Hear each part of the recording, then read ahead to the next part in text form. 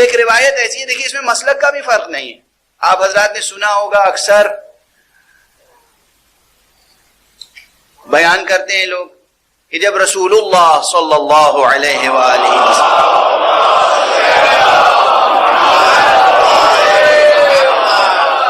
معراج پر تشریف لے گئے تو جب معراج سے واپس آ رہے تھے تو راستے میں حضرت موسیٰ علیہ السلام ملے اور انہوں نے کہا کہ اپنے رب سے اپنی امت کے لیے کیا لے کے آ رہے ہیں؟ کہا نمازیں، 50 وقت کی نمازیں. کہا فرزند ابراہیم،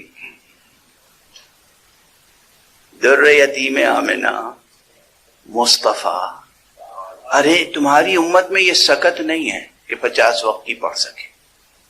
واپس جاؤ، اللہ سبحانہ وتعالی سے کہو کہ پروردگار میں دستے ادب جوڑ کے عرض کرتا ہوں میری امت نہیں پڑھ سکے گی 50 وقت کی نماز.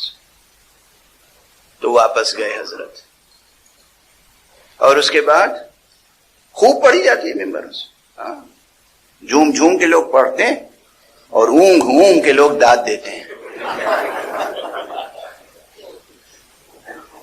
یا اس کے برعکس اونگ اونگ کے پڑھتے ہیں اور آپ جھوم جھوم کے داد دیتے ہیں. حضور گئے اور حق سبحانہ و تعالیٰ نے کیا کیا؟ 10 وقت کی کم کر دی. اچھا جاؤ 50 نہیں تو 40. پھر واپس آئے اور پھر بیچ میں جناب موسیٰ نے کہا کیا ہوا؟ کہا 40. کا نہیں بھائی،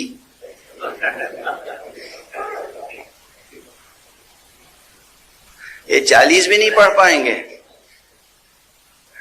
واپس جائیے. پھر واپس گئے، پھر حق سبحانہ و تعالیٰ نے 10 وقت کی کم کر دی، 30. پھر واپس آئے، پھر جناب موسیٰ نے روکا، استغفر اللہ ربی واتوب الیہ. پھر واپس گئے، پھر 10 وقت کی کم ہوئی، پھر آئے، پھر روکا، پھر واپس گئے، پھر 10 وقت کی کم ہوئی، پھر آئے، پھر واپس گئے، پھر 5 وقت کی کم ہوئی، پھر آئے. پھر جناب موسیٰ نے کہا تو رسول نے فرمایا کہ اب مجھے شرم آتی ہے، اب نہیں جاؤں گا.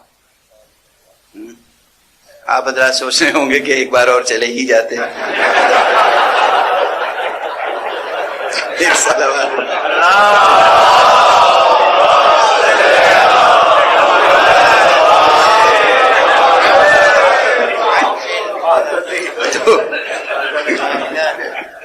ایک اور صلوات پڑھ دیجیے.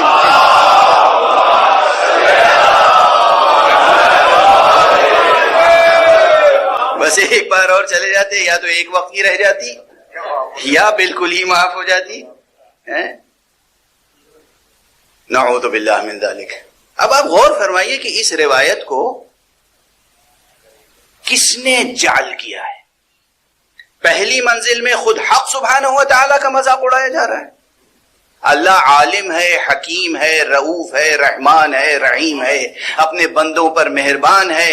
اور وہ حکیم، اس کی حکمت کہاں گئی جب وہ یہ سمجھ نہیں پایا کہ یہ بندے یہ 24 گھنٹے میں 50 رکعت کیسے پڑھ سکیں گے؟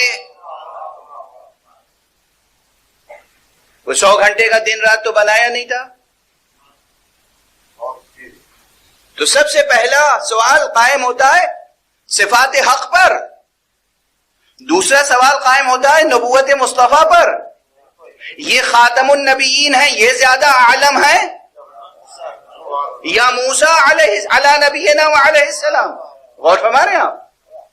اسی لیے علم اصول کی کتاب پڑھنے والے آپ دیکھ لیجئے اس روایت کو، اگر کتابوں میں موجود ہے اور بکثرت موجود ہے. کیا ہم اخباری مسلک قبول کر کے اس روایت کو قبول کر لیں، بیان کرتے رہیں؟ نہ اللہ کی عظمت باقی رہتی ہے، نہ نبی کی عظمت باقی رہتی ہے، نہ امت کی آبرو باقی رہتی ہے، نہ نماز کی حرمت باقی رہتی ہے. یہ اور اس قسم کی روایتیں ہماری کتابوں میں بھری ہوئی ہیں جو خدا دشمنوں نے اور اسلام دشمنوں نے گڑھی اور حدیث کی کتابوں میں بھر دی. اب اسی وحی کے تعلق سے ایک بات اور عرض کر لینے دیجئے. تاکہ ذہن کے آفاق ذرا اور کھل جائیں.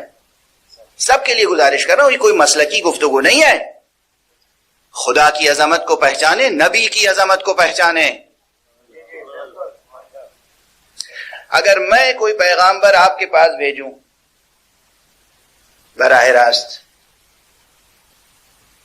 تو آپ کو اس پیغامبر کو پہچاننا چاہیے یا نہیں؟ اگر آپ پہچانے ہی گے نہیں کہ یہ پیغامبر ہے یا کوئی اور، تو پیغام محفوظ رہے گا، پیغام منتقل ہوگا، پیغام پہ یقین و اعتماد پیدا ہوگا؟ نہیں. اب بعض بیویوں سے روایتیں ہیں، بعض لوگوں سے روایتیں ہیں کہ حضور پر جب شروع میں وحی نازل ہوتی تھی تو حضور پہچان نہیں پاتے تھے کہ یہ جبرائیل ہیں یا کوئی اور. یہ نبوت کا بیان ہے، یہ رسالت کی عظمت ہے. یہ مثلا غار حرا میں آئے، پیغام دے گئے، تو آپ لرزتے ہوئے، کانپتے ہوئے، ڈرتے ہوئے تشریف لائے اور آپ نے اپنی زوجہ جناب ام المومنین خدیجۃ الکبریٰ سے کہا کہ آج عجیب واقعہ ہوا، سمجھ میں نہیں آتا کیا ہوا، سمجھ میں نہیں آتا کیا ہوا. کون تھا؟ فرشتہ تھا، جن تھا، شیطان تھا، کون تھا؟ نعوذ باللہ من ذالک. استغفر اللہ، استغفر اللہ، استغفر اللہ.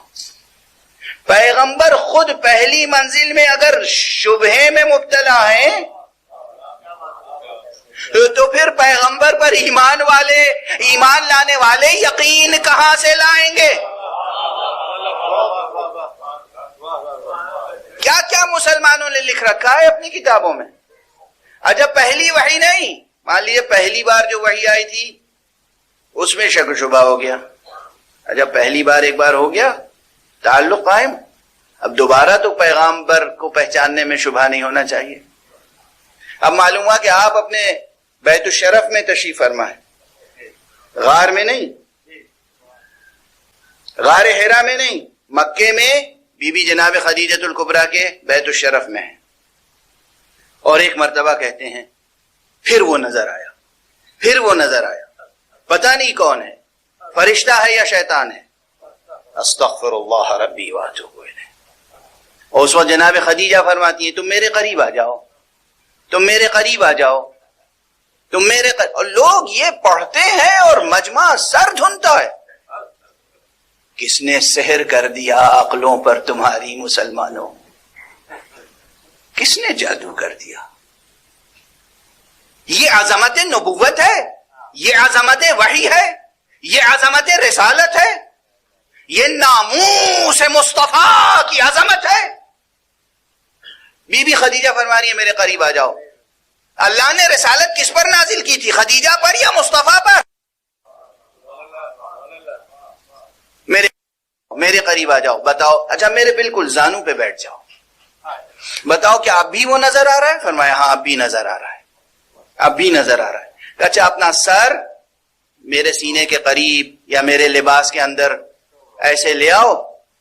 اب بھی نظر آئے گا؟ اب نہیں نظر آئے گا. پھر یہ یقیناً جبرائیل ہے، یہ شیطان نہیں ہو سکتا. اگر شیطان ہوتا، جن ہوتا تو یہ نعوذ باللہ اس میں حیا نہ ہوتی، غیرت نہ ہوتی، اب بھی رہتا. مگر تم اب میرے اتنے قریب ہو گئے ہو اور اس نے آنکھیں پھیر لی چلا گیا، اس کا مطلب یہ فرشتہ ہے.